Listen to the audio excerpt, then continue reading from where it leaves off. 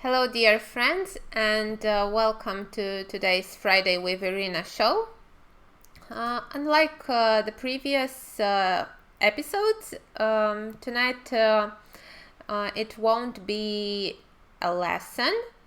We will rather talk about online chess. I have been playing these days the Swiss qualifiers on chess.com. Among women, and I was very close to make it to the playoffs, but unfortunately maybe I wasn't so lucky in these first two tournaments. But we can look through some of my games which I played, and we can also chat about this all playing online trend. Hello Greg, welcome to the stream. Nice to see you here once again.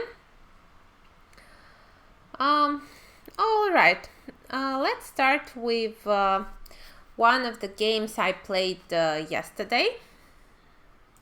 It is quite interesting. Hello Jan Van Chess, welcome to the stream as well. I played in this game with the black pieces and I chose the Sicilian. So I tried to play an Alekhine, but then I got a little bit bored by it and I switched back to my beloved Najdorf. Knight f3, d6, d4, c takes, knight f6, knight c3, a6. Yeah, so that's the Najdorf.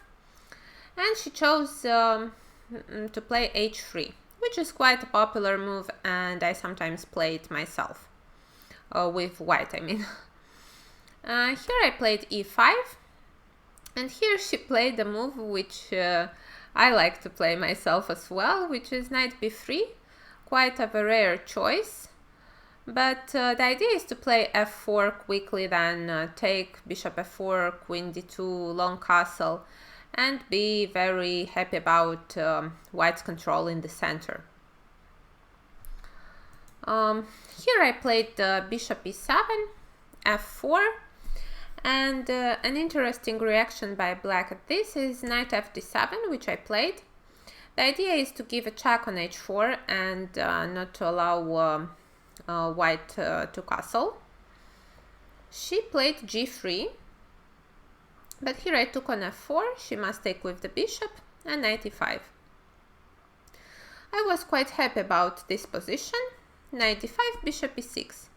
Black has a really easy and logical plan to castle short, then knight d7, b5, rook c8, and start an attack on the queen side, because white probably will castle there.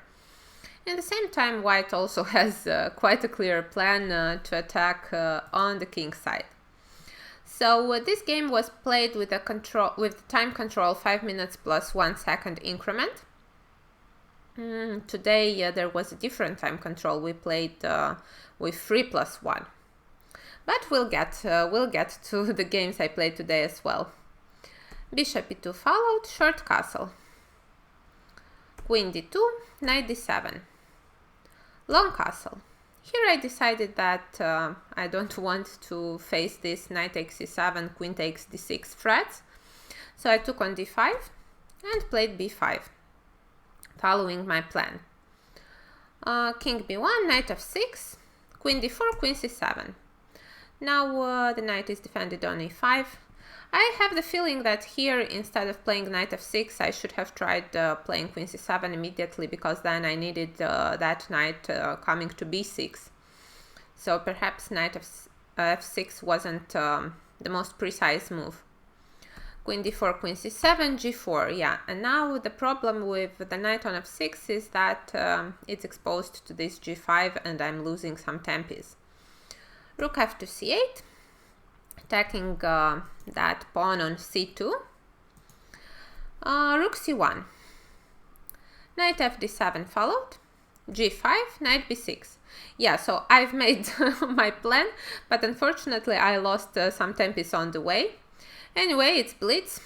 So h4, a5. Now I'm sacrificing the pawn on b5. with the hope to be able to open up some lines and try to do something against that white's king. If she would take, then probably a4, knight d2. And white is quite solid here. She should definitely have tried to take the pawn, but I guess she was afraid of those ghost attacks. So she played queen of 2. Now she has the square d4 for her knight. If I play a4, and I play knight bc4. Rook h3. It's a very good move because it defends the c3 square, and I won't have ideas with a4, knight b2, king b2, queen c3, check, king b1 and a3 with a mate following on b2. So I think that was quite a good move. I played bishop f8, knight d4, b4, h5 followed, and I played a4. Now it's not really clear whose attack is better, white's or black's. But considering the fact that I lost some tempis on the way to getting to this position, probably white should have better chances. She played g6, a logical move, trying to open up my king. I took on g6 and took with the knight. Here we were already quite low on time, and she missed the winning move, which was bishop g4. Now the problem is that it's not only the exchange hanging, but also bishop e6 is coming with the idea to take on h7, king h7, and the mate on h line will follow. But she played the straightforward rook c to h1, and here I found the move queen f7, pinning the bishop, and also it cannot go away because then I'll take on f2, and I will be just left in a better endgame with the pawn up. Here again she missed the chance to play bishop g4, and the point is that I cannot capture the bishop because of bishop e6, rook h7 mate. But somehow probably this move escaped from her side, so she took on h7. I remember that I had like half minute here and she was already playing on seconds, so I took on f4, and probably she counted on rook h8. But the problem is that I'm not forced to take that rook. I can play king f7, which I did. And here white was still winning. And I'm curious if you guys will be able to find the best move for white, the winning one. There's only one way for white to play here. My opponent did not find it, and we'll see what happened. But I'll give you a chance to suggest the best white's move. Let's see if anyone will get it. So, how should white play and win? Let's see, tick-tock, tick-tock. You don't have much time. Remember, that was a game played in Blitz. So, make your suggestions as quickly as possible.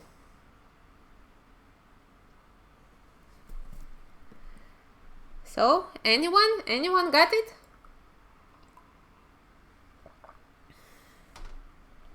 To be honest, during the game I did not see it, so I just thought that I'm material up here. Yeah, very, very well, Jan van Chess. Rook f8 is indeed the best move. And the point is that I cannot capture with the knight because the queen is hanging. Then capturing with the king is also not possible because of a fork. So the only capture left is rook takes f8, but then bishop takes c4 follows, king e7. And here, after a slow move, queen g2, white is only an exchange down, but my king is in the center and it's quite exposed to all kind of unpleasant things. Because the knight cannot go away, the pawn on g7 is hanging, in the same time some knight f5 might be an unpleasant threat. Here white would be winning. So really, really well spotted, Jan. Instead, she played queen g2, a panic move, which she made with her clock running down to less than a second, I think. I played knight d2 check. The idea is to control the f1 square. And now I just took on h8, rook h8, and bishop e7. And now black should be easily winning, but I had the big surprise of this bishop h5 check. And now I realize that my king has to run for its life. I played king f6, queen g6. Here I thought that maybe I blunder something and I'm losing, but luckily everything worked out for me. King e5, queen e6, king d4, queen d5, king e3, queen d3 check, king f2. And now after queen e2, king g3, queen e1, queen f2, there are no more checks, and I'm a lot of material up here. So my opponent had to resign. And that's actually how many of the games were looking like, with many turnarounds and blunders. But it was quite fun, and I have the feeling that it's gonna be even more fun tomorrow when we'll play with 1+1 time control. Yeah, probably the quality of the games will gonna suffer. But okay, let's check some more games which I played. Another one from yesterday. Let me select it to be seen. Here it is. This is a game which I played against International Master Vaishali, a young player from India, rated above 2400. I think she's like 19 years old or something like that. She played really well in these two events. I think she qualified for the playoffs in both of them, but somehow did not make it then from the playoffs. But anyway, her blitz skills are quite good. Longest king walk I have seen in a while. Indeed, Greg, that was quite a walk. And luckily it wasn't a walk of shame, so the king managed to escape. In this game I played with black pieces again, and once again I chose to play c5. Only that she preferred here to play the closed Sicilian. Knight c3. Well, it's quite a good choice for games with short time control, because then white plays really straightforward, just coming for an attack. So I played knight c6, and here she really surprised me with playing knight to e2. And the point is that if I play d6, she plays d4, and I'm not really playing the rouser. So she somehow, let's say, tricked me into not being able to play my beloved Najdorf. I checked what's been played here. So one move is g6, and then going for this Maroczy. But I really like playing Maroczy, only that with the white pieces, not for black. So here the game started with me thinking. I played knight d4. Quite a logical move, I would say. Now white cannot, of course, play d4 anymore. And she took here. C takes d4, knight e2. e5 is forced to defend that pawn. And she played c3, which is probably the best move in the position. I had to capture. Now knight c3 followed, and I played knight f6. I think it was better to try something like bishop c5, not allowing d4. But then I had some interesting idea in mind. After d4, what was my idea, and what's the best move in the position? I think that my reaction was the best one here. Let's see, how would you guys play here with black? I like this kind of positions when everything starts from the opening. Like, you don't have to put all those theory moves, but you just start thinking with your own brain from the beginning. Then the games are more interesting, I think. Hello, Alt River. Welcome to the stream. A6, queen a5. Well, a6 isn't really good. I'm not sure if you suggested it in this position. Probably not. So queen a5 is the correct idea. But I chose to start with a different move. So I chose to play bishop b4 actually here, with the same idea to pin that knight and to be able to take on e4 if she takes on e5. Now probably an interesting move for white would have been f3, defending the pawn on e4 and going for this pawn sacrifice after queen a5, bishop e3, take, take, take, king f2, short castle. White is having probably more than enough compensation for the sacrificed pawn, and also I'm a little bit behind with my development. That bishop is really sad on c8. So that would have been an interesting move to try. Instead, you mean a6 against close Sicilian, Jan? Yeah, that is a possibility. Well, queen a4 here, I'm not sure if it makes that much sense, because I can just play queen a5 and everything, all the threats stand. She took on e5, the most principled reaction, and now after knight e4 she played queen g4. The point is that if I take on c3 with the knight, the bishop on b4 is hanging. So I played queen a5, quite a logical move. And here she cannot capture on e4 because I'm taking on c3 and that rook on a1 is hanging. So instead she took on g7. Now I had a choice to play rook f8 or to capture on c3 with something. And I didn't choose the best move here, unfortunately. I played the safest rook f8. I was trying to figure out what's happening here after bishop c3, b takes, queen takes c3, king e2, queen c2 check, king e3. And I didn't have enough time to assess the position after queen takes f2, king e4. Apparently here, after d5, black is just winning, because e takes d6, bishop f5 check, king d5. Now, you see, there were many games where kings were taking a walk. And after long castle, white king is in real trouble here. So that was the best way for me to handle this position. Instead, I played rook f8, like I said, the safest move, saying that all my threats are still standing. Here she should have probably tried bishop d2 and not allowing all those variations, but she chose bishop h6, the most aggressive move.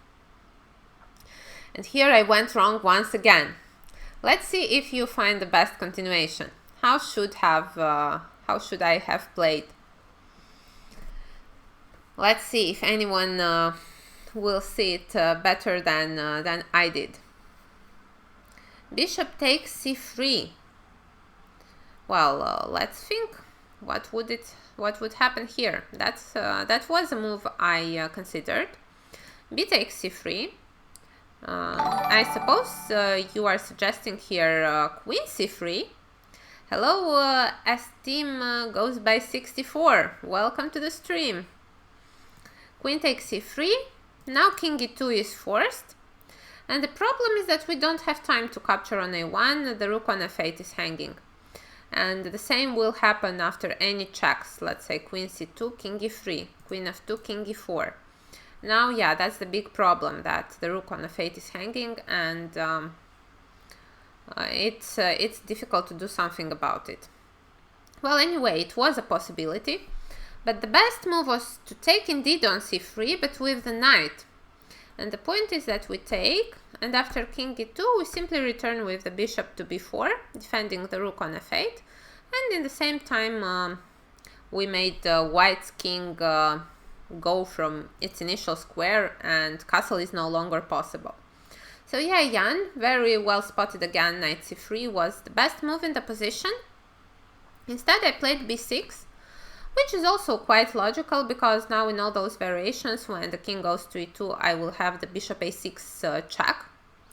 And here white had, it was white's turn to have a good move.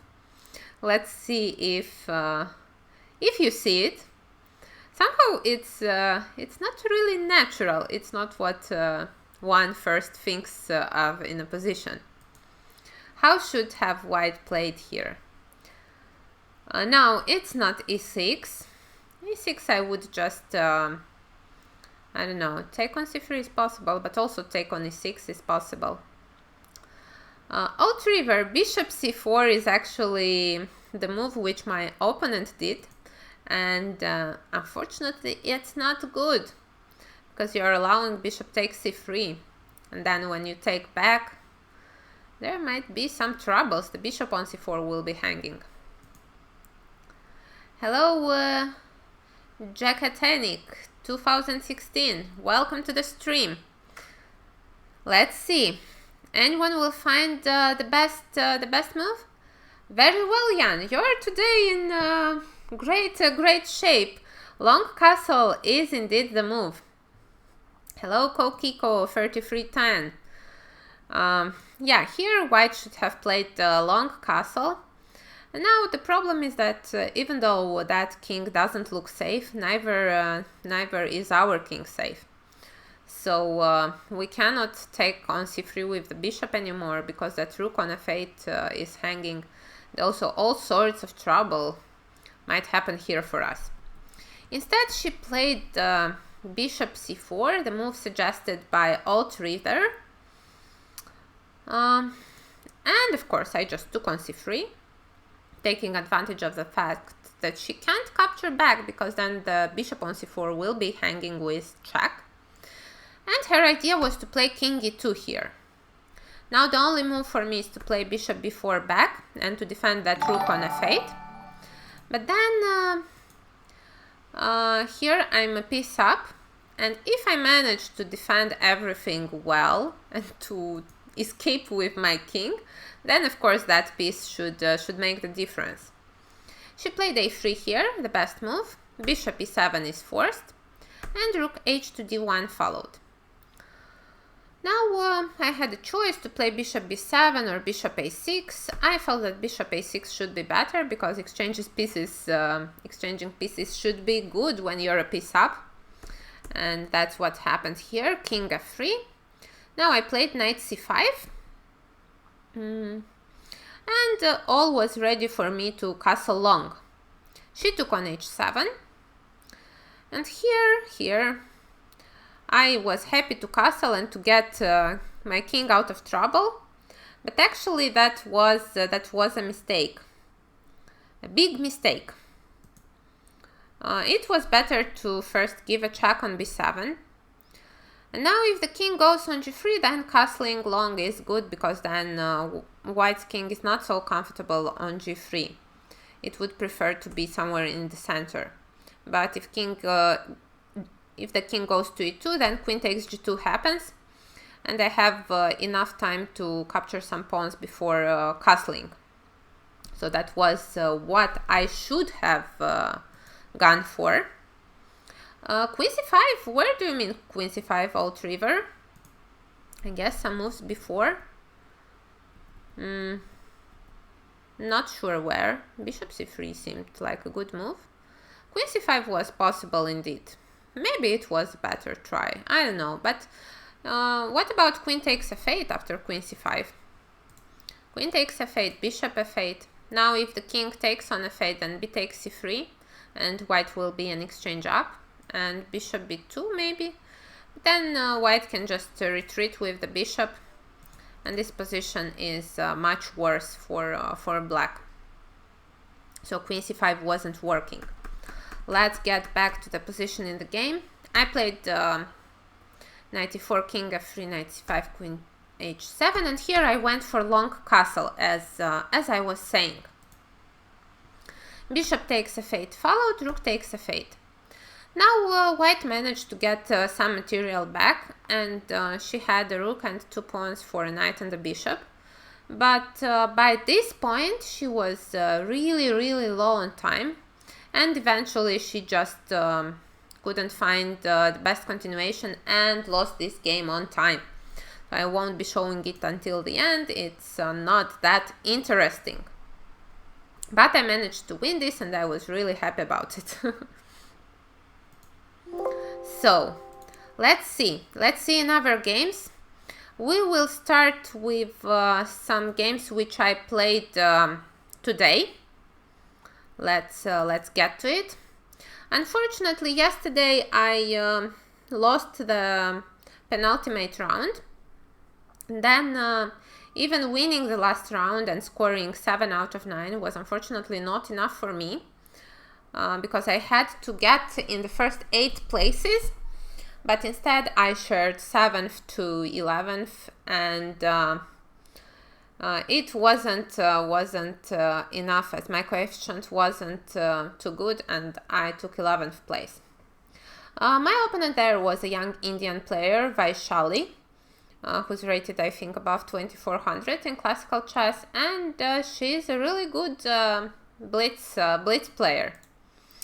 Okay, in the next game, I played against Turkan Mamediarova, a woman grandmaster from Azerbaijan. Yeah, sorry for not seeing the board. I have to set it every time a new game begins. So I hope it's good now. I was again with black pieces here. Somehow, apparently I chose more games when I was black to show. But okay, let's have a look at it. She played d4. I remember playing against her before in classical chess, and she always played e4 against me. So I was quite surprised starting from the first move. Knight f6 followed. c4, e6, knight f3, b6. Well, I was happy to go for the Queen's Indian, but here she played knight c3, bishop b7, queen c2. And now after bishop b4, it's more of a Nimzovich. Black's idea is, of course, not to allow white play e4, and that's why I played bishop b4. Bishop g5 followed.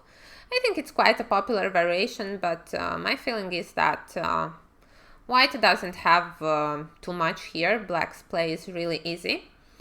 h6 followed, bishop h4, g5, bishop g3, knight e4.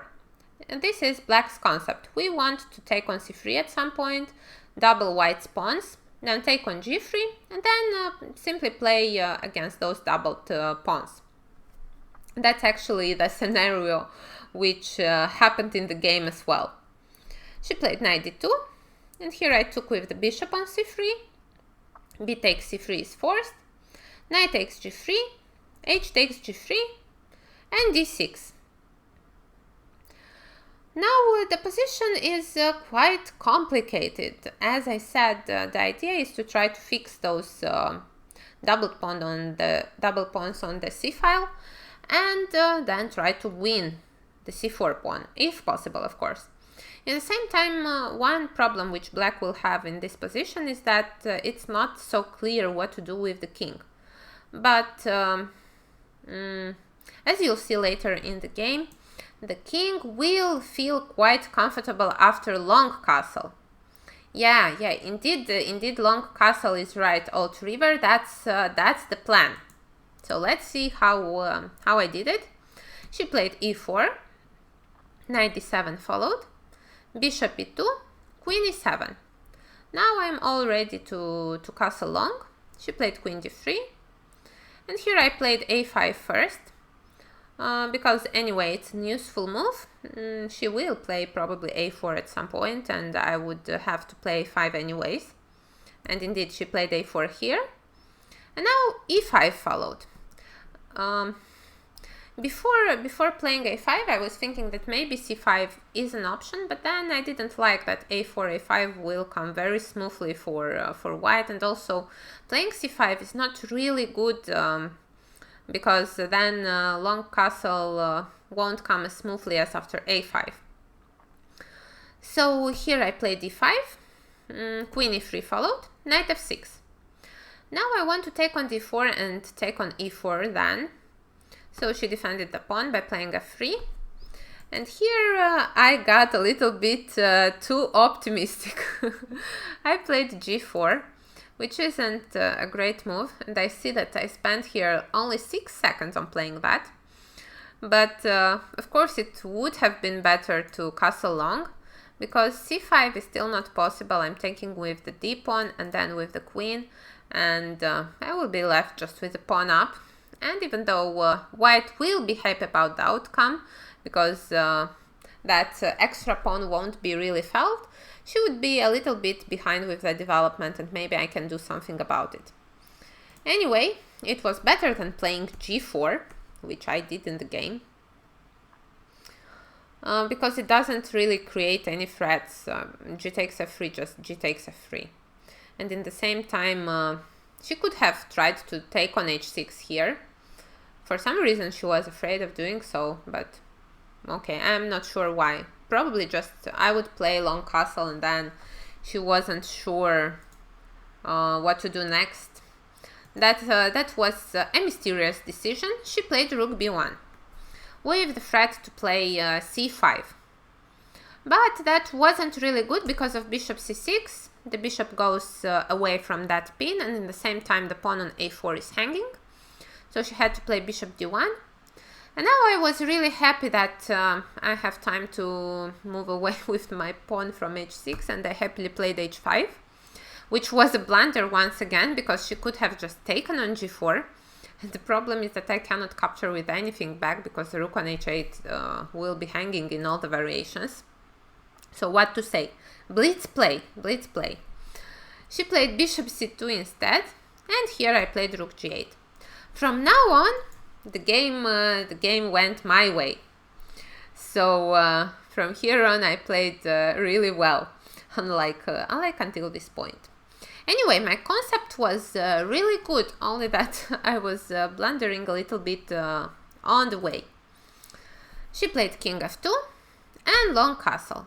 Now I'm all good here with my king, feeling very safe. c5 is not possible, also because the knight on d2 will be hanging in the end of the variation. So she chose to play d5, which is a big mistake, because now that pawns on the c file will be fixed forever, and in the same time there will be no attack against my king. What should have she tried in this position instead? Let's see if you have any suggestions. How should have white played here?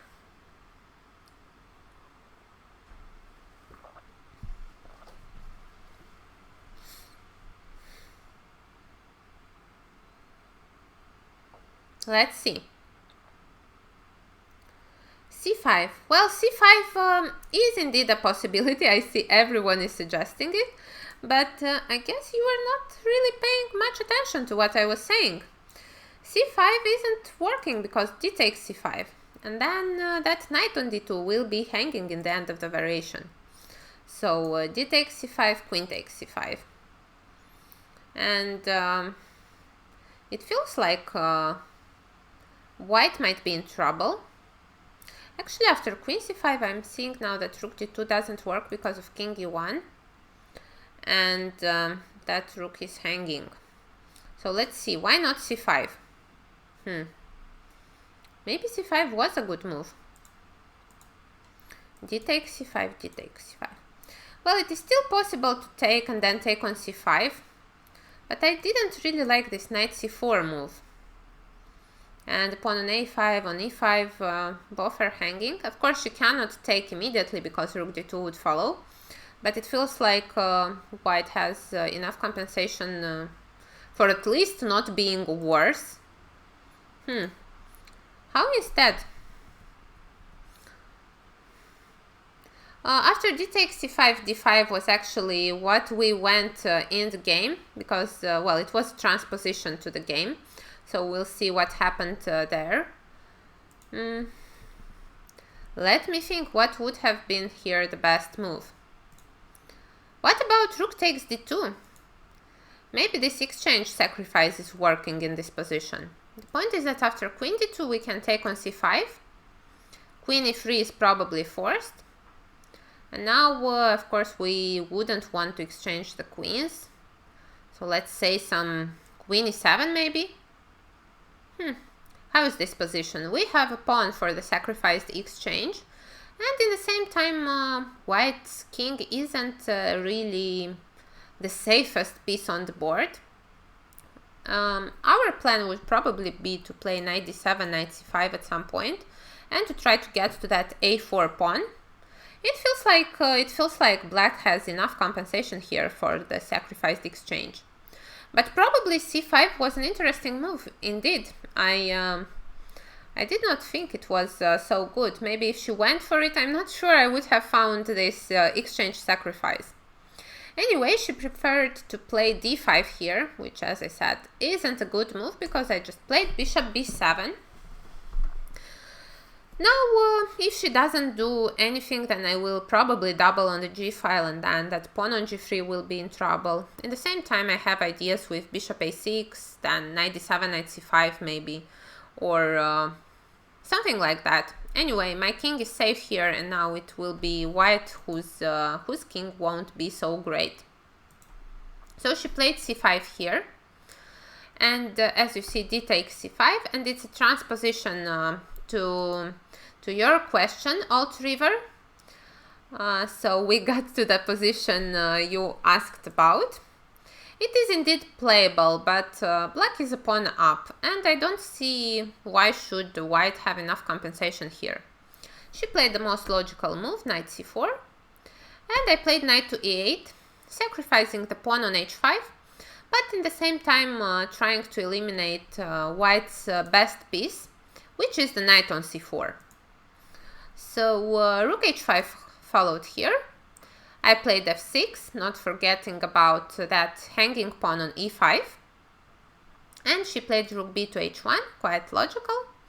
Knight d6 followed.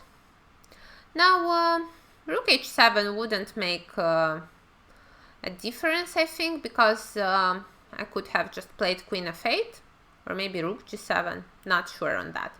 Anyway, she took on d6, queen takes d6, and she played rook h7 now. G takes f3 followed, g takes, and king b8. Just a prophylactical move. It's always important not to forget to do some prophylaxy. Rook f7, rook d to f8. Now if we exchange one pair of rooks, then there will be no threats against our c7 pawn and generally on the 7th rank, so it would be convenient for us. She played rook h to h7, and I simply took, and what did I do here? Let's see if you guys find the best move. I didn't, but it was a decent option as well. There was a much stronger move here for black.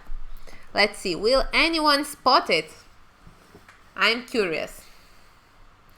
Don't forget that here we were already quite low on time, so I won't let you think for too long. Imagine it's your position on the board. So let's see, rook h8. Very good, Greg. That was indeed the best continuation and the winning move. Actually, the problem was that here after rook h8, king g2, of course it's logical because now white's not allowing black to play rook h2. Here the point was that I have this bishop c8 move, and white's position isn't really good. Instead I chose another move after rook f7. Let's see if anyone will find it, because it's also a decent choice. Hello Chelsea Monica, thank you for raiding the party. And I saw that you played today as well, and you had quite a good tournament. We even played against each other, and it was a very hard fought and interesting draw. No, c6 is not a good move here, guys. Why to open up that 7th rank? c4, indeed, c4 is the move. Yeah, that was an interesting game, Monica. Quite fun. Maybe I will be showing it a bit later on the stream, as I'm showing my games from yesterday and today's qualifiers. So c4 is indeed the move, Greg. Very well. You are finding all the best moves in the position. So I played c4, and here she went already wrong. Welcome, slow motion magic one. Thank you for the follow. Here she played queen h6, which was just a panic move because she was really low on time, and she forgot that queen a3 is a really unpleasant move, and the point is that the pawn on c3 is hanging. She thought that she would have enough counterplay probably here, but actually it was not the case. She had to come back, and here I hope that I would be able from the second choice to make this rook h8 move. And the point is that after king g2, bishop c8, g4, let's say, not allowing anything on h3, queen d6 is coming, and that rook on f7 will be in big trouble. Bishop d7, bishop e8 is coming, and then when rook g7, probably queen f8, and yeah, white won't be feeling fine. The pawn on a4 will become a weakness. Actually, it's just a totally lost position for black. So instead here she didn't play queen d2, and she went for queen h7. But after rook c8, she just doesn't have anything. I defended the pawn on c7, and she probably forgot that after d6 I can take back with the queen. So quite an easy win here. The game went on for a few more moves. She played rook d7, then queen a3 again, bishop d1, queen takes c3, bishop e2, queen b4, queen f7, c3, and c2. And here she just resigned, as there's no way to stop that pawn from promoting. Queen g5 would be met by queen c5 check, and then c1. So that was the game. Well, I feel that black's concept was good here, but well, the problem. Oops, what did I do? The problem was that I blundered some things on the way, and I gave her some chances, but that's actually how blitz works. So let's see the next game. I think the next one will be the one I played against the ex-world champion Antoaneta Stefanova with the black pieces again. So at this point I think I was somewhere among the top 10 players in the tournament, so I was quite happy about my play that far, and playing Antoaneta black is never easy. She played d4, and I went again for this Queen's Indian setup by playing b6, bishop d3 followed, bishop b7. Well, e3 is a somewhat less ambitious plan, I would say, but white has its ideas. It's quite simple to develop the pieces with white. Eventually she wants to play e4 after, let's say, short castle, knight bd2. And, well, black is supposed not to let white do this. So here I played, she played short castle, and I played d5. c4 followed, knight bd7.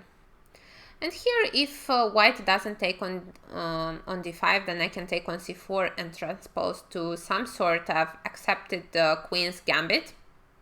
After which black should be fine there. Maybe I should even consider here taking on c4 immediately. Perhaps it was the best way. But yeah, I automatically played knight d7, and here she took on d5, which is a really good move. Because, well, most logical for black would be to take back with the pawn, but here white's play is really easy. The problem is that she can play knight e5 immediately, and now it's bad to capture on e5, and if I just develop my pieces, then f4 is coming, and when I will eventually castle on the king side, then I will be under really unpleasant pressure. White white will have quite a good attack against black's king, and that's not the kind of positions you want to play in blitz, when your opponent just makes the most logical moves and you have to be really precise in your defense. So instead, here after c takes d5, I played a move which isn't good, but being a blitz game, it was quite interesting, I would say. Bishop d5, knight c3, bishop b7, e4, bishop e7. Now I want to castle and play c5 at some point, and it felt to me that white's attack isn't that dangerous here. Let's see how she played, because she did play well until some point. Bishop c2, short castle.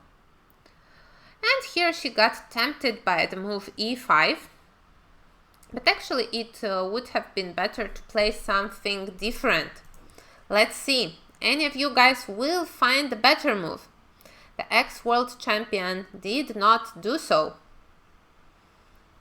So, how to maintain all the threats and in the same time to improve the position of white's pieces? Any suggestions? Let's see. Rook e1.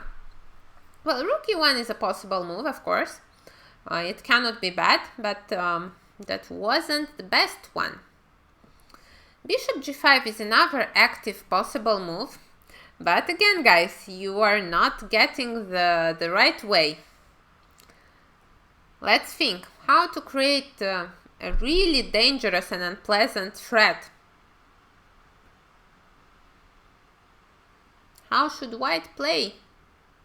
Queen d3. Finally, very well, Greg. Queen d3 was indeed the best move.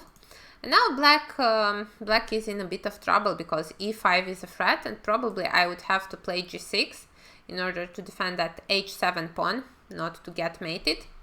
But then it's a better version than the position she had in the game, which was e5, knight d5, queen d3 and g6.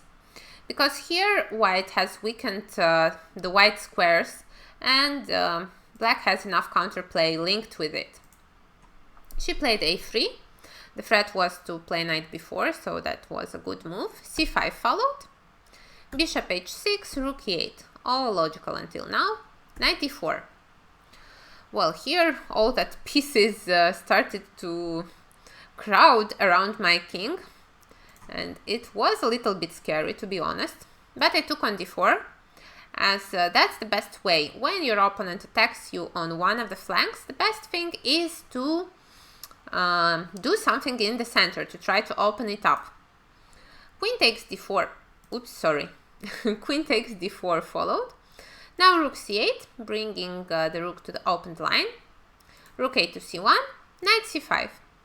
Here I was already quite happy about my position, because if white exchanged that knight on e4, then I might even become slightly better, because there won't be anything dangerous going around my king. But she found a really good move. There's a reason why she was a world champion. So let's see, will you find, guys, the best move for white in this position?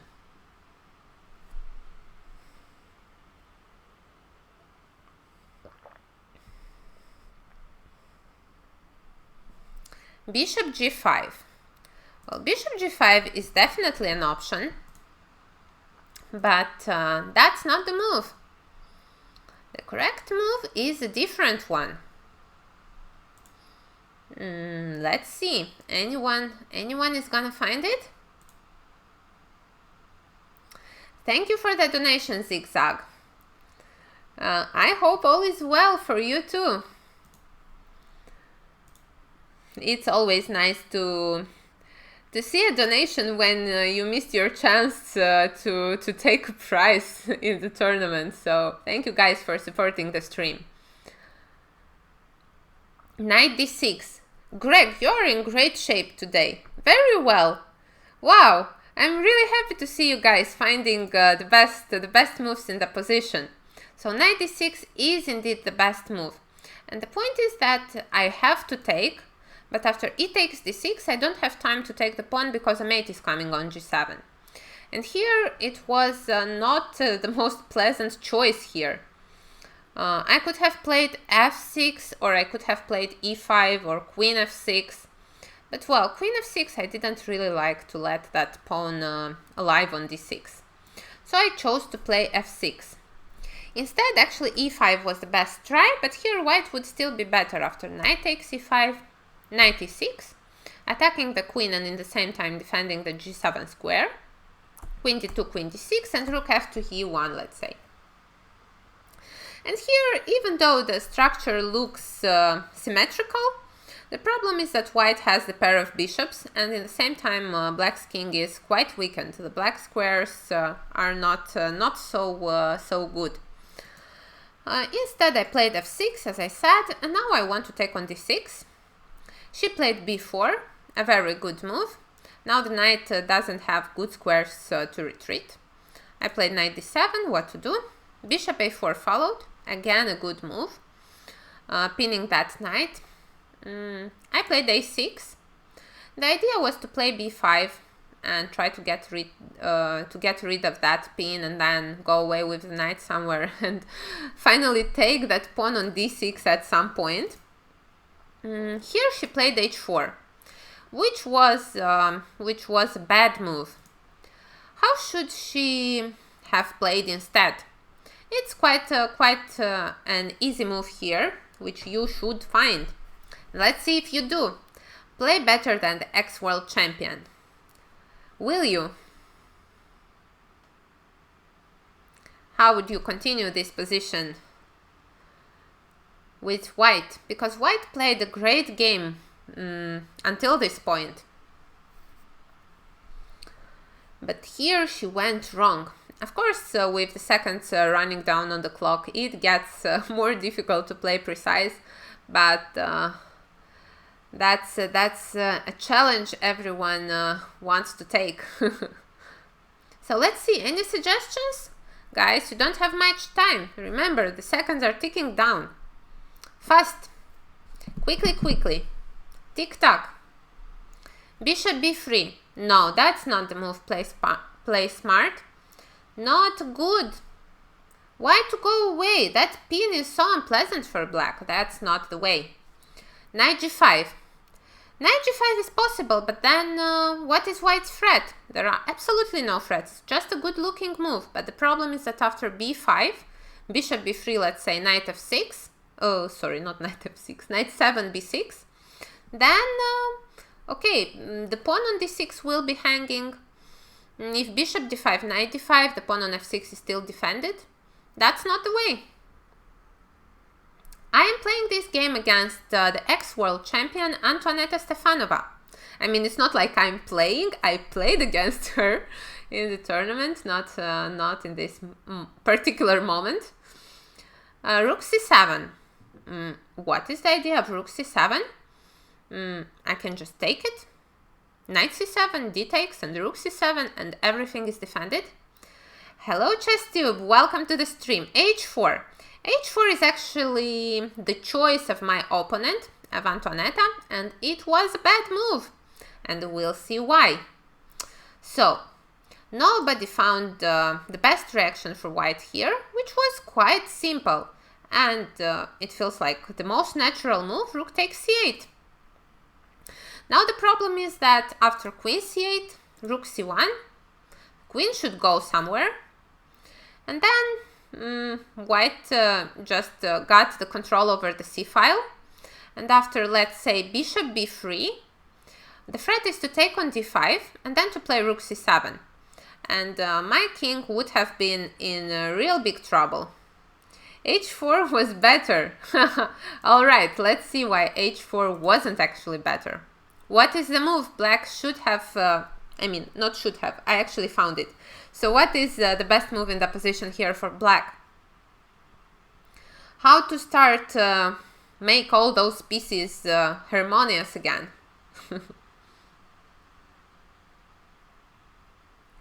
Ah, you gave your moves in reverse order. Yeah, sure, ChessTube. Oh, so sorry, it was play smart. saying that. b5, shiver x, b5 is indeed the best move, and I played it. Bishop c2 followed, and now knight f8. Now that that knight is no longer pinned, it can come into defense, and in the same time the pawn on d6 is hanging. Well, h5, quite a logical follow-up to that h4 move. But now black has a good move, and I found it. Let's see, will you guys find it? Defend like a Frenchman. All right.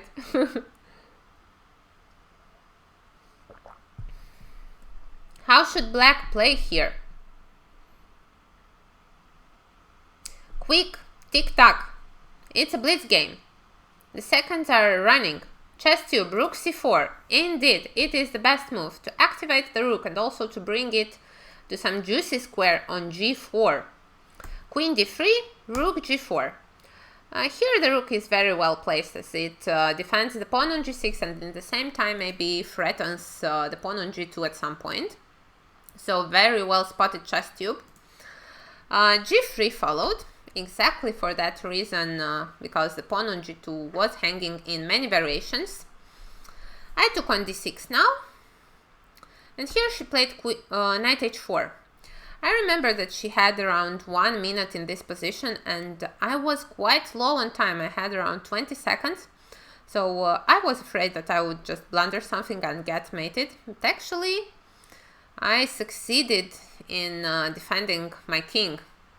So I played f5, so that that pawn on g6 won't be under unpleasant threats.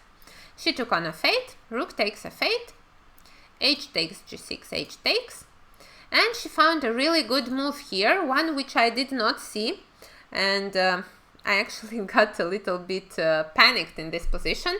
And to be honest, I didn't even notice that I'm a pawn up at this point. I thought that that I'm just worse. Let's see. Bishop. Okay, my bad. I just said the move.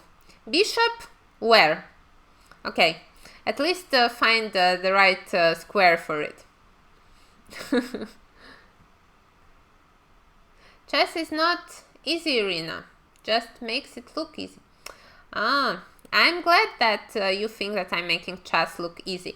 Actually, I think that it's not a complicated game and everything is quite logical.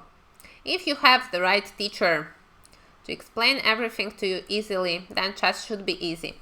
I don't believe in all those complicated strategies, you know.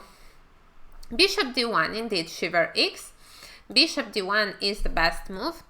But the point is quite simple, that the pawn on g6 will be hanging when we're going away with the rook. Here I played rook e4, bishop f3 followed, rook c4. Now she took queen c4, and I played king g7. Of course, she could take the pawn on g6 instead, but she chose the c4 one. Queen d4 followed, e5. Here we were already playing on seconds, so both of us went wrong a few times. You don't play the Najdorf?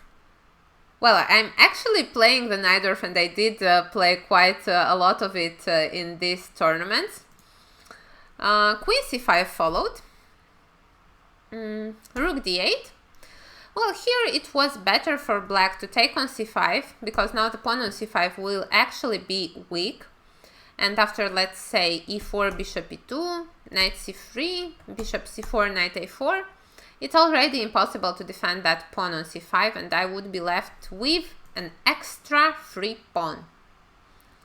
How is it simple? Well, my approach in Najdorf is also quite simple. It's one where I don't have to remember that many variations. Instead, I know the ideas quite well, and I'm quite proud of it. I'm not playing the Petrov, and I think it's actually the most boring opening ever. Alright, so here I had to take on c5. Instead I played rook d8, which was a logical move. Now rook d1 followed. Again I had to take on c5 and then play e4. Instead I went for e4 immediately, and now she had time to capture on d6. And compared to the other position, the pawn on c5 isn't a weakness. Yeah, Irina is live. Welcome to the stream, Bogdanescu.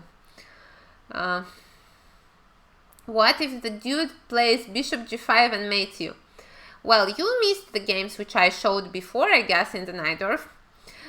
Bishop g5, well, there are plenty of possibilities there for black to avoid all those super sharp lines. You should get some inspiration from Firuja, I think. Nice to see you again, Bogdanescu, nice to see you.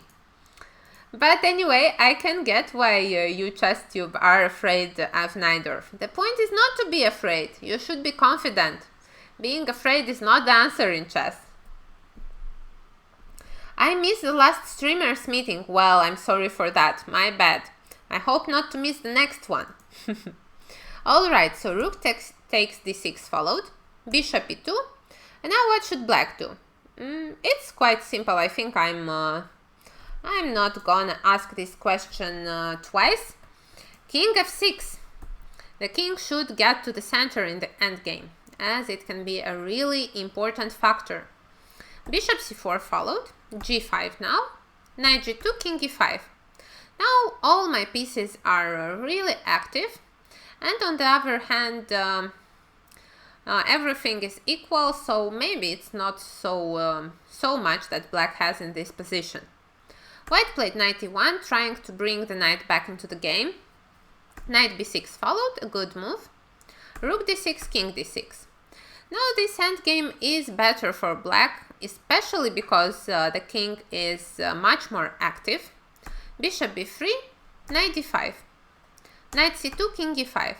Well, here we were already down to 2-3 seconds, so don't judge me too harshly. Did I miss the last 4? No, that's not true, ChessTube. What are you saying? I didn't miss so many meetings. Don't misguide everyone in the chat. Knight e3 followed, and now I went wrong. How should black have played in this position? Let's see. What is the good move for black? Any ideas? How should black continue? What pieces to exchange and which pieces to leave on the board? It's quite important. And unfortunately, my intuition did not help me here. I thought that being down to seconds, it's just good to exchange everything and force a draw. Play smart, knight takes. Actually, that's the move which I played, and that's not good. f4 was indeed the best try. Of course, black is not winning here, but it was the position when I had the most of chances. The problem is that I didn't have quite enough time to realize that the pawn endgame is completely winning for me. The king just runs to b3, and white's pawn don't have time for anything. Instead, if after f4 she would have played knight c4, of course the king now goes to d4, and after, let's say, g takes, knight d6, bishop c6, bishop c4, knight c7, and all the pawns are well defended, and at the same time king c3, king b2 will be a really unpleasant threat. So that was the chance for black to try to win the game. Yeah, practically speaking, it would probably be really difficult for white to defend the position after f4.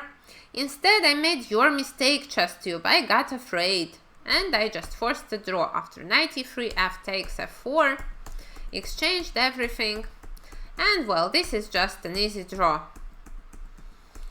So yeah, that's how I drew the ex-world champion Antoaneta Stefanova today. And well, definitely she was better after the opening, and but I had my chances as well. I think that I defended quite well, and then I could have even tried to win. Let's see some more games which I played. Let's see one with the white pieces for a change, because all the games we saw so far were with me having the black pieces. Here I played a young woman grandmaster from Russia. I think she was actually world champion or maybe runner-up in the under 20 category, Alexandra Maltsevskaya. And here I had white. I played e4, c5, knight f3, e6, d4, c takes, knight f6, knight c3, knight c6.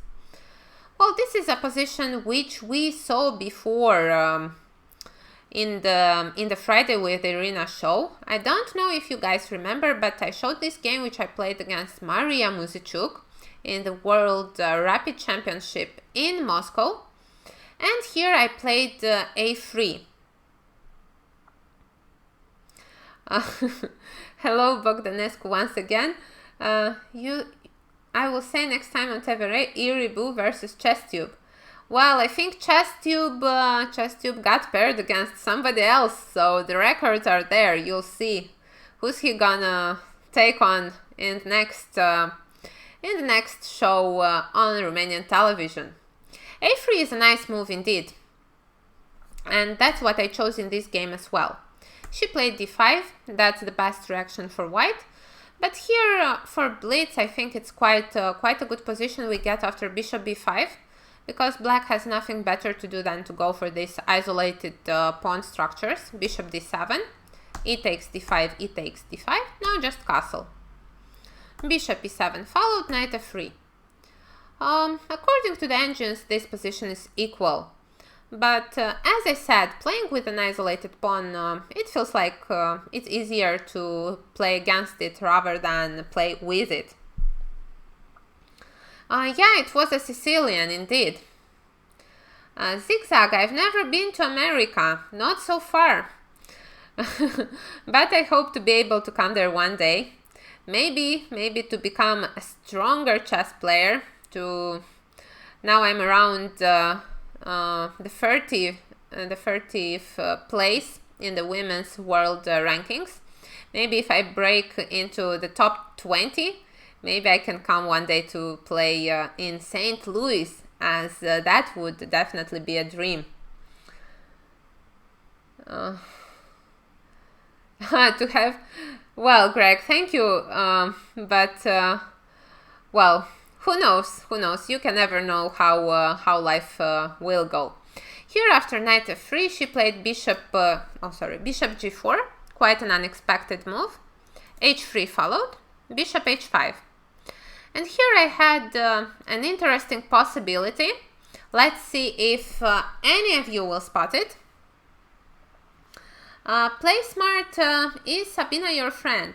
Well, I guess you mean Sabina Foishor. I know her a bit. We played against each other and chatted. I was rather friends with her mother, because by the time I came to Romania, Sabina was already in the US, so we didn't get a chance to know each other too well. But I knew her mother really well, and she was a good friend of mine, one which helped and inspired me a lot. No, Sabina is by no means my enemy. We have a good relation. All right, g4. Greg, come on. How do you find all the moves today? Tell me the secret. Maybe tomorrow, because tomorrow there is another qualifier, and this time the time control will be even less. It will be 1 + 1. If I get the moves like you do so quickly, then I definitely have a chance. Otherwise, 1 + 1, I don't know, sounds like a bit too wild for me. Yeah, faster and faster. Alright, so g4 was indeed a nice possibility here, and the point is that after bishop g6, knight e5 follows, threatening to take on c6, and after... What? This mouse I have is terrible. I definitely need to change it. Rook c8, let's say, defending on c6, and then g5 is happening. And the position is really wild here. Knight e4, knight takes d5, knight g5, let's say, bishop g5, f4, And I would say that white can have some advantage here. Even though we're not winning a piece right on the spot, it was definitely worth trying.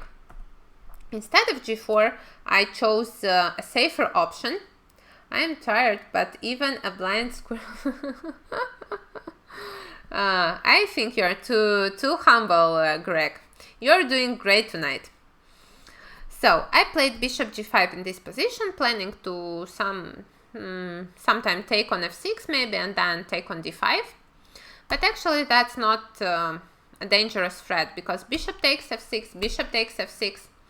And now if I would have taken on d5, this endgame would be equal, as she has time to take on b2. So I didn't want to simplify the position so quickly. Zigzag is saying that his name is Jeff and he lives in the state of Georgia, US. Oh, very nice. Nice to see people from all around the globe on the stream. Instead I played bishop e2 here. Well, that's a slightly passive move, but the point is not to be afraid of those 95 moves trying to exploit that pin of the bishop on h5 against queen on d1. Well, here she played d4. I feel that's already not so great, because now my knight can go away and the pawn on b2 is no longer hanging, and at the same time the pawn on d4 will definitely become a target. Well, sorry for that. Knight e4 followed, rook e8, knight g3. Quite logical so far. Bishop g6, bishop d3. Now, of course, it would be great to exchange the bishops, then to double on the d-file and to try to win that pawn on d4. She played a really good move here, queen b6, threatening again my pawn on b2, so I had to defend it. a5 followed, not allowing b4.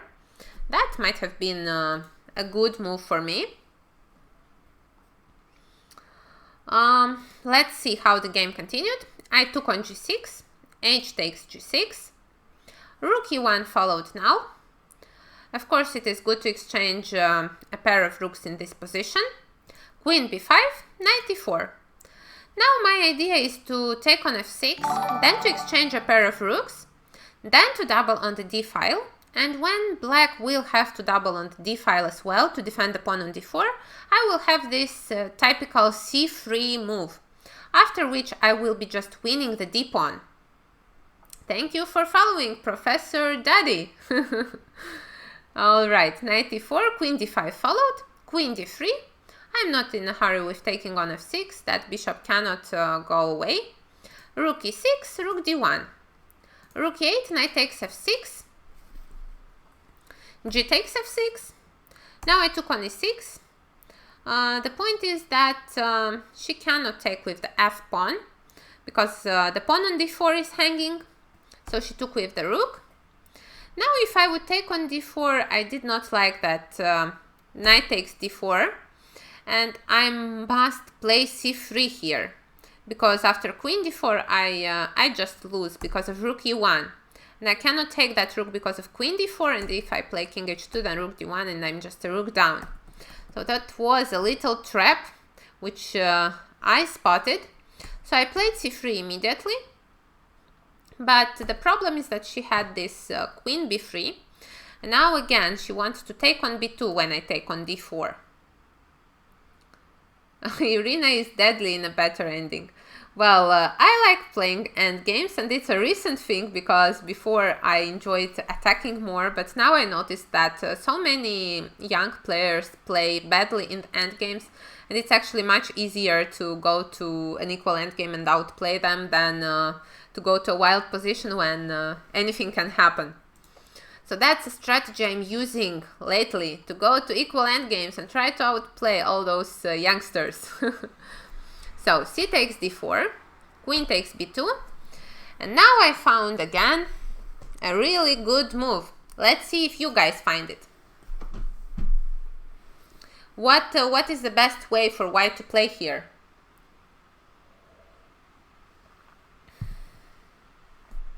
Well, Tal was indeed a really aggressive and imaginative player, so if you see any similarities between my and his play, I'm really flattered.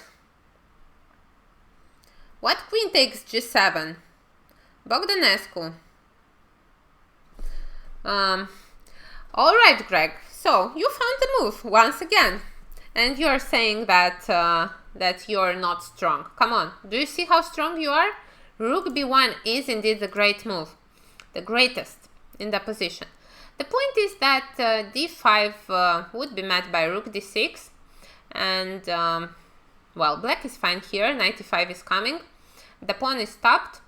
There's no reason for white to be better in this position. Instead, rook b1 poses real problems for black, because after queen a2, which is the only move, rook takes b7 follows, and white has now an extra pawn on the d file. Rook e2 followed now. A good try, because now the pawn on f2 is hanging, and here for a moment I thought that maybe I'm the one who's in trouble, until I spotted quite a nice move. Let's see. Will you find the best move for white? I have a feeling that Greg might find it. Let's see if I'm right or not. Come on, Greg. We believe in you. Maybe anyone can find it faster than he will. Let's see. Greg, queen b3. Of course, once again, the best move. You should play some blitz now. I think you'll be able to win many games and maybe a lot of rating. You're in really great shape. Queen b3 is indeed the correct move. And the point is that after rook f2, queen takes a2, rook takes a2, d5. It is black who is still in trouble here. So that was the way to continue, because otherwise after rook e2, white will be in real trouble. There's no other way to defend the pawn on f2. Let's say if we play d5, then rook f2. Now we don't have time to capture on c6 because rook g2 happens. King f1 is not possible because of the mate on f2, so king h1, but here rook g3. Now queen g2 is a threat. Well, I think I could have only lost in this position if I went for this d5. So queen b3 was the best move. Rook f2, take, d5. And here she found a good move as well. You didn't see the follow-up. All right, I have the feeling you would have found it. Joshantaron, d5, I hope that I answered your question about what would happen after d5. Bogdanescu, you're jealous. Well, I'm also jealous on Greg's skills tonight.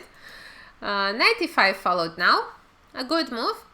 Now I don't have enough time to go away with the knight, because after knight d4, it's already me who might get in trouble after rook takes a3. Instead, I played d6. Knight f3, g takes f3. Now black doesn't have enough time to capture the pawn on a3 because of d7. And after rook d3, there is a check on b8, and then we simply promote to queen. So after g takes f3, king g7 is somewhat forced. But here d7, rook d2, rook a7, f5. Now I should take this pawn on a5, rook d7. And after king f2, I offered a draw, and she accepted it. There's no way I could have won this position, because let's say after f4, black has more than enough counterplay on the king side, so that free pawn on the a file isn't enough to have chances for a win.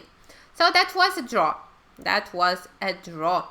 I feel that the quality of this game was quite high for both sides, and that's why I wanted to show it. And now it feels like we have got to the point when I will show one game which I'm not proud of, which I actually lost. And it was the penultimate game of today's tournament. And well, I think before this game I was somewhere in the top 10, so I had really good chances to qualify if not losing the game. and everything seemed to work in my favor until some point. I'm not sure who was my opponent. I didn't have time to check what her nickname stands for. Her nickname is Another Grumpy. Quite cool. So let's see how the game went. I was playing with the white pieces. e4, c6, the Caro-Kann. Tonight I chose to play d3 against the Caro-Kann, and actually I won quite a funny game tonight against Valentina Gunina, who is a really strong grandmaster and a renowned blitz expert. I won it with white also in the same variation, though I have to say that I was lucky, because after being a pawn up the whole game, I blundered a little bit, but she was really low on time, so I just flagged her. So, well, anyway, I'm proud of that game. It's not to be underestimated when you succeed to flag a real blitz expert. So, d3, d5, knight d2, g6, knight f3. Well, we have quite an easy play in this position for white. Bishop g7, g3. Actually, this g6 is not the most common plan. Valentina Gunina played e5 against me, then knight f3, bishop d6. That's the best way for black to react at this setup. But still, white of course is no worse here. So my opponent in that game played g6, knight f3, bishop g7, g3, bishop g4, bishop g2, e6. And actually many players did try this setup against me in blitz when I played this d3 against the Caro-Kann. Short castle followed, knight e7, queen e2. Short castle h3. Bishop f3, knight f3 were all logical until this point. Knight d7, c3. I was playing the game really fast. a5, e5. Now it is good to close up the center, also to try to control those dark squares. And there might be an unpleasant attack following on black's king. c5, d4 now. Defending the pawn on e5 and also fixing everything in the center. Knight c6, h4. I was telling you that an attack is coming. h5 might be a threat, bishop g5 as well. C takes d4, she took, I took as well, queen b6, attacking the pawn on d4, bishop e3. Now white has a really big advantage, and by this point I think I was about a minute ahead on the clock. So I was quite happy about that position. Maybe I was too happy, I don't know. Rook a to c8, h5 followed. Actually, it's quite important in blitz game to keep your head cool and not to get neither too enthusiastic, neither too pessimistic, just to fight until the end and not to lose focus. No wine on a Friday night. Well, no wine so far. I don't know. I had some kind of a headache today, so I guess no alcohol for me tonight. maybe I will have a tea instead. But don't forget that I cannot escape drinking wine on Tuesday, as there will be the titled Wine Night show on my channel. So yeah, we'll be cheering then with glasses of wine. Alright, so h5, knight b4 followed. She tried to find some counterplay here. Probably the threat is to play knight c2 or rook c2, something along those lines. Here I played h6. That is a move I really like to play lately.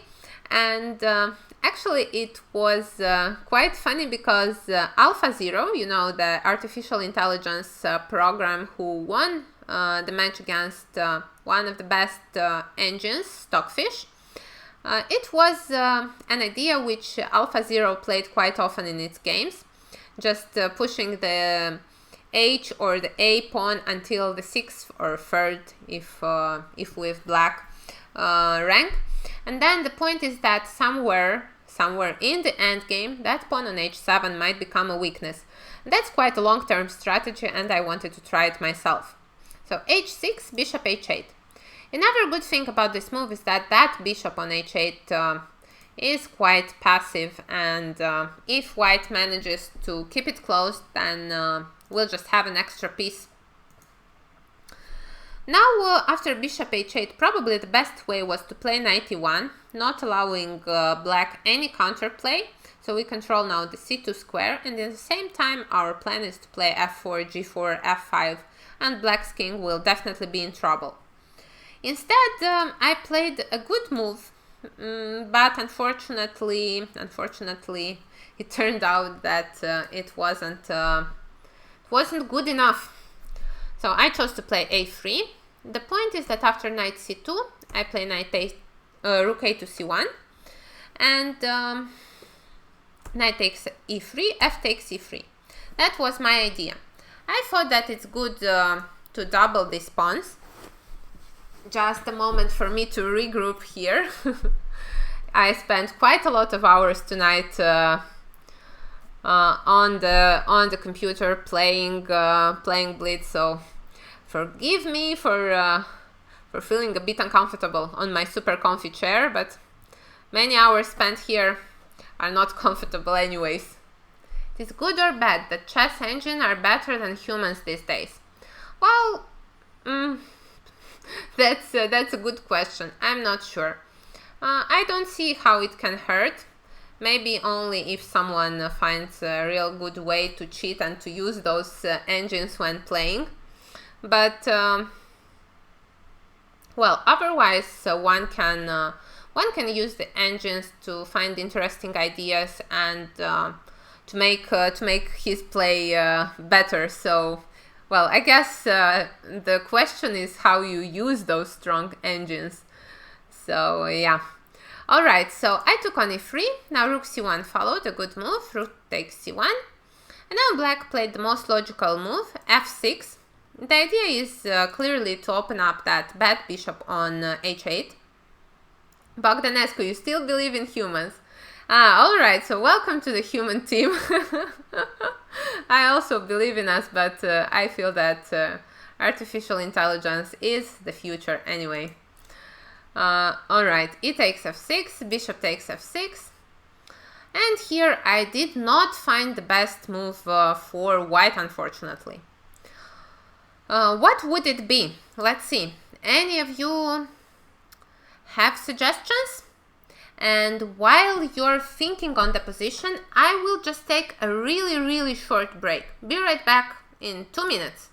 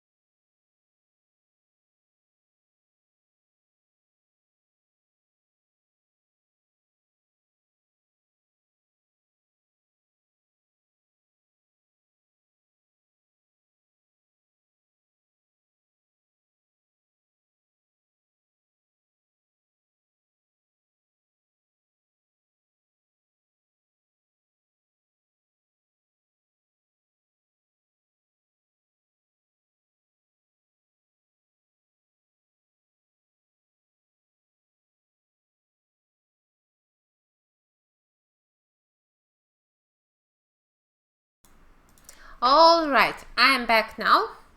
I hope that you had time to think of the position. Thank you for following Horse of the Earth. What a cool nickname. Queen c2. Well, Queen c2 is definitely a good move, but it's not the best one. Queen c2 is the move I played in the game, and it has its logic.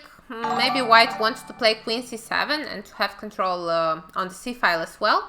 But the problem about this move, you'll see in the game as well, the problem it has is that white doesn't threaten anything on the c file because the pawn on b2 will still be hanging.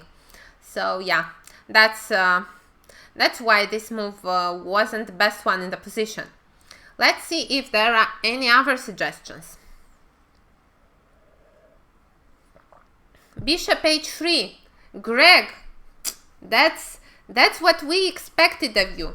Bishop h3 is indeed the move. The point is, of course, that we take we eye this e6 pawn, and in the same time, black would be really happy to be able to play e5. But with knight on d7 being pinned, that would no longer be possible. At the same time, after queen d6, king g2 is a good move. And now when we will play eventually e4, let's say black would play some move, I don't know which move, maybe knight b8, let's say. Then after e4, d takes queen e4, this pawn on e6 is really weak. I got to this type of position later, but I didn't do it so fast, and that was a problem. Zigzag, you saw that too. Well done then. That was indeed the best try. Yeah, instead I played queen c2, and that was just losing tempis. Knight b8 followed, a very good move by the player which had black here against me. She wants to bring the knight on c6, and that will close up the c file, and in the same time it will attack the pawn on d4 in event we play e4. Here I played b3, not a very logical move. Knight c6, a4. And actually, to be honest, I thought that this position will win itself, because I had like 1.5 minutes on the clock and she was down to 20 seconds. I thought that just playing safe moves would be more than enough for me. But that wasn't the case, unfortunately. And with this being the penultimate round, I had to be more serious. Queen c7 followed, the pawn on g3 is hanging, so king h2 is somewhat forced. Queen d6, queen d3, bishop d8, and finally I managed to play e4 here. So you see, I lost a lot of tempis just making moves with absolutely no idea. And that is something which can happen when your opponent is really low on time. You think that, okay, I just make some move and maybe he will blunder something. But I have to say that my opponent reacted very well in this situation, being under pressure on the clock. She took on e4, queen takes e4, bishop c7. Now I have a new problem. The pawn on g3 is weak. Queen g4 forced, rook f5, a good move, rook e1. Now the rook on f5 is getting in the way of us attacking the pawn on e6, and also rook h5 is a possibility, which she played. King g1 followed, and here she played rook f5. And if to be honest, I was, I think, unlucky in this game that I had more time, as strange as it might sound. Because if I wasn't that much ahead on the clock, I would just play king h2 and be objective, and probably the position would have repeated and that would have been a draw. But being so much time ahead on the clock, I thought that why not give her a chance to go wrong. And I played rook e4. The point is that she cannot take on g3 because the pawn on e6 is hanging. So black is by no means better here. Maybe only white can be better. Instead, she found a really good move, knight d8. I don't know how she was so fast in finding all those good moves. And here I went terribly wrong, unfortunately. I probably had to play knight h4. And the idea is that rook h5 is not possible because of knight g6. She would have to retreat on f6 or on f7. And then just knight f3. And it's really important that that the rook is no longer on f5. Well, she can go on f5 now, but then let's say after queen e3 or queen g4, I'm not sure. Where is it better to place the queen after rook f5? Actually, I don't like any retreat with the queen here. Maybe it's better to give an intermediate check here. Yeah, probably yeah. Now the point is that when the king goes back, we can just play queen e3, and the pawn on g3 is no longer hanging. And that's a move which I really needed to find, this knight h4. Because instead I played rook e5, which is an absolutely terrible move. I could have tried playing knight e5 instead here immediately, which was still better. Because that black diagonal is really dangerous for me. Instead I just blundered playing rook e5. Now knight f7 of course happened. And the problem is that both the rook on e5 and the pawn on h6, which normally is a really good pawn, is losing. What I couldn't have done anything here, I think, already. Rook takes f5 is bad because of e takes f5. Now both the pawns on g3 and on h6 are hanging. so I had to go back. But now after knight h6, well, I still had some chances here. I played queen h4, knight f7, g4, rook f4, queen e1, rook e4, queen e4. Here she played the bad move queen d5, and I realized that after queen takes d5, with those opposite colored bishops, even though I'm a pawn down, the position would most probably, the game would most probably end in a draw. Oh, but I got greedy again. I thought that, well, my opponent is still low on time, so I didn't realize that that's actually working against me. Thank you for following, Deep Bobby. Welcome to the stream. Yeah, so unfortunately I didn't go for the endgame. I think I could have even tried to win this, because after knight e1, bishop b6, knight c2, the pawn on d5 is hanging, and there's no way to defend it. The pawn on d4 in the same time is well defended by the knight, and here the only move for black was to play knight e5 in order not to get worst. To give this pawn, and it's a check, king g7, bishop b7. And then black would have to take on g4, and well, the position is balanced. It would have most probably ended with a draw with 3 versus 3 and different colored bishops. Anyway, I had to play it. Instead, as I said, I got greedy again. I don't know. Why did I try so hard to win this game? Because I did not need a win. A draw was enough for me in the penultimate round, because then everything would be decided in the last game.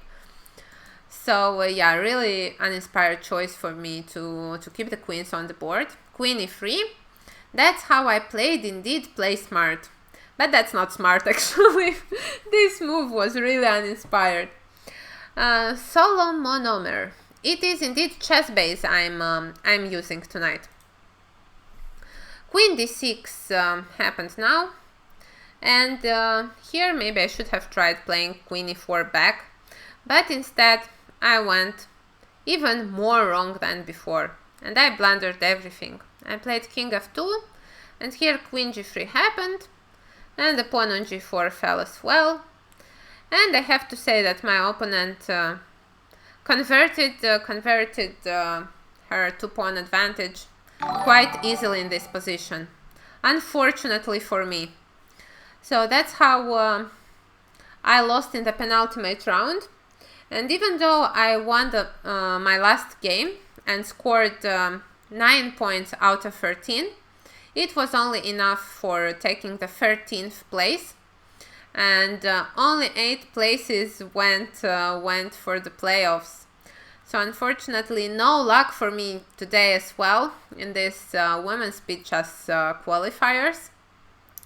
It seems that I'm so close every day. Yesterday I shared 7 to 11, but my coefficient was 11th. Today I was 13th. I don't know.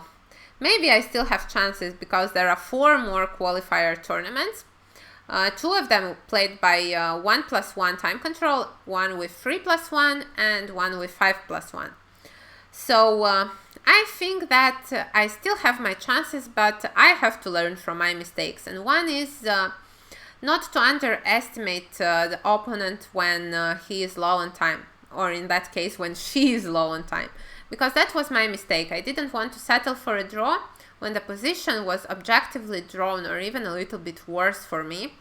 And even though ambition is definitely good, one has to know when to say enough is enough. I have tried all I could, time to make a draw. But that was the problem, you see, because before that I made 2 draws in a row, and I thought, I think I didn't check carefully the standings. I thought that it's time for me to win with the white pieces, because I had 2 blacks in a row. And then I thought, okay, it's time to win with white, but not inspired. So yeah, that was it about my performances in these qualifiers. Tomorrow there will be another qualifier at 5 p.m. Romanian time, 4 p.m. Central European. You can follow it on chess.com. It's also on chess.com's channel, with commentaries from Grandmaster Robert Hess. I think it's quite fun to watch.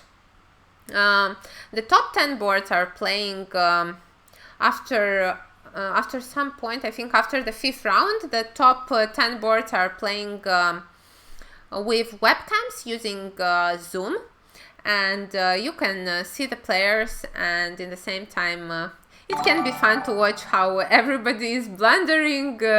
It's quite fun. I think it's better to watch it than to be in the middle of it playing. Well, anyway, thank you everyone for joining the stream tonight and cheering me up, as I was a bit down with my mood, because I really felt like I deserved to qualify, and I was a bit upset I didn't manage it, but now my mood is better and now I'm optimistic again, and hopefully I will come with better news on Tuesday, when we will meet for well, actually it's not the next tournament, the next stream is actually gonna happen on Sunday at 2 p.m. Central European Time. So I will give you updates on Sunday with how my qualifiers went on.